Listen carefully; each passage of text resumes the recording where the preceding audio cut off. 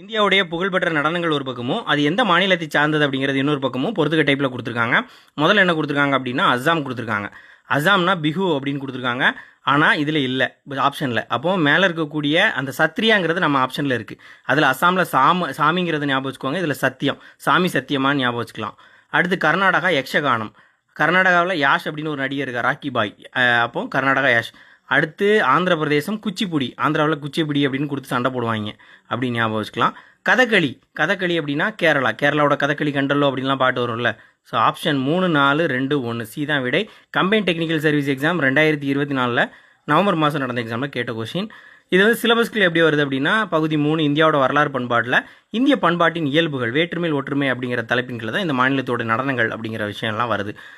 புக்கில் பார்த்தோம் அப்படின்னா 198வது பக்கம் அந்த பாக்ஸ் மேலே இருக்கக்கூடிய அந்த படத்தில் இந்த கண்டென்ட் இருக்குது. பாடம் வந்து பன்முகத்தன்மை அறிவோம், 6ஆம் வகுப்பு முதல் பருவம் சமூக அறிவியல் புத்தகத்தில் இருக்குது.